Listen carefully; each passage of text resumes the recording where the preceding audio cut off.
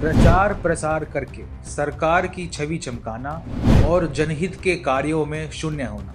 दिल्ली सरकार जितना media management पर खर्च करती है, उसी का नतीजा है कि मीडिया केजरीवाल पर सवाल नहीं उठाता है। TFI पर आपका स्वागत है और मैं विक्रांत थर्डक आपको बताऊंगा RTI से दिल्ली सरकार के खर्च के खुलासे के बारे में। दिल्ली की आम आदमी पार्टी के नेता और मुख्यमंत्री अरविंद केजरीवाल के लिए प्रचार पर करोड़ों खर्च करना बेहद ही आम बात हो गई है। हालिया खबरों के मुताबिक दिल्ली की केजरीवाल सरकार ने पिछले 3 महीनों में 150 करोड़ रुपए केवल सरकार के प्रचार पर खर्च किए हैं और ये जानकारी किसी मीडिया रिपोर्ट की नहीं बल्कि RTI के जरिए प्राप्त हुई है। इस खर्च में प्रिंट, इलेक्ट्रॉनिक और ऑनलाइन मीडिया के विज्ञापन भी शामिल है। ये रिपोर्ट दिखाती है कि केजरीवाल सरकार की नीयत केवल और केवल प्रचार की रही है, जबकि जनहित से इनका कोई सरोकार नहीं है। आज के डिजिटल दौर में कहा जाता है कि लोगों को अपने कार्यों को बेहतरीन रखने के साथ ही प्रचार प्रसार का विशेष ध्यान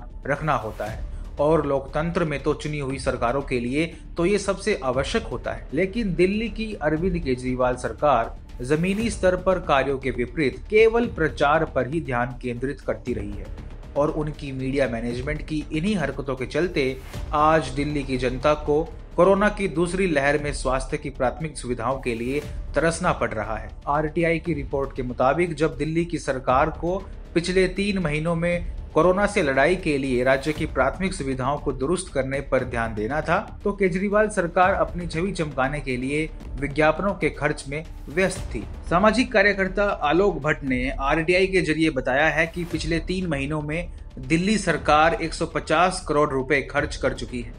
डिटेल्स की बात करें तो जनवरी में प्रचार के लिए लगभग 32.5 करोड़, फरवरी में 25.5 करोड़ और मार्च में सबसे ज्यादा लगभग 92.48 करोड़ रुपए खर्च किए हैं। खबरों के मुताबिक पिछले 2 सालों में दिल्ली की आम आदमी पार्टी की सरकार ने करीब 800 करोड़ रुपए केवल विज्ञापनों में खर्च किए हैं। अजीबोगरीब बात यह है कि दिल्ली के मीडिया ग्रुप्स में विज्ञापन देने के साथ ही केजरीवाल देश के मुख्य राष्ट्रीय टीवी न्यूज चैनलों के प्राइम टाइम स्लॉट और अखबारों के मुख्य पृष्ठों पर भी नजर आते थे, जबकि उन्हें ऐसा करने की कोई आवश्यकता थी ही नहीं।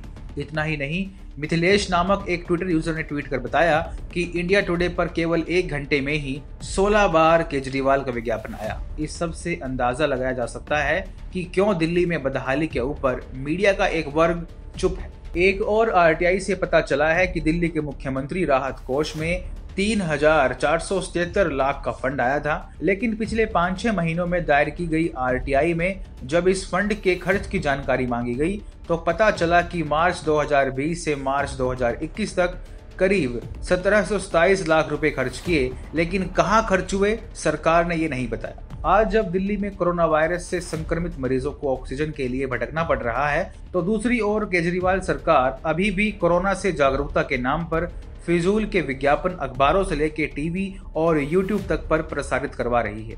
दिल्ली सरकार का ये रवैया CM केजरीवाल की धूर्तता को प्रदर्शित करता है। ऐसा अक्सर देखा जाता है कि जिन संगठनों, राजनीतिक दलों या सरकारों से मीडिया संस्थानों को ज्यादा विज्ञापन मिलते हैं, तो उनके प्रति मीडिया संस्थानों का रवैया थोड़ा नरम पड़ जाता है और मीडिया संस्थान उस राज्य की खबरों को भी तोड़ मरोड़ कर पेश करने लगते हैं। मीडिया मैनेजमेंट के इस खेल में केजरीवाल ने महारत हासिल कर ली। मीडिया मैनेजमेंट की नौटंकी के बावजूद अब उनका निकम्मापन सोशल मीडिया और अस्पताल में तड़पते मरीजों के लिए सामने आ रहा है। जनता ये समझ रही है कि एक मुख्यमंत्री जो राजनीति के लिए प्रधानमंत्री की निजी बैठक में अपने हिस्से के वक्तव्य को सार्वजनिक कर जनता का हितैषी होने का ढोंग करते हुए मगरमच्छ के आंसू बहाता है, असल में वो शख्स कितना दोगला है, क्योंकि वो ही CM ऑक्सीजन प्लांट के लिए केंद्र द्वारा अलॉट किया गया पैसा अपने प्रचार में लगा रहा है, जिसके परिणाम स्वरूप अनेकों मरीजों का जीवन ऑक्सीजन की कृत्रिम सांसों के अभाव में समाप्त हो गया है। यही कारण है कि प्रधानमंत्री नरेंद्र मोदी से लेकर दिल्ली हाई कोर्ट और सुप्रीम कोर्ट तक केजरीवाल सरकार को सार्वजनिक तौर पर लताड़ते रहते हैं।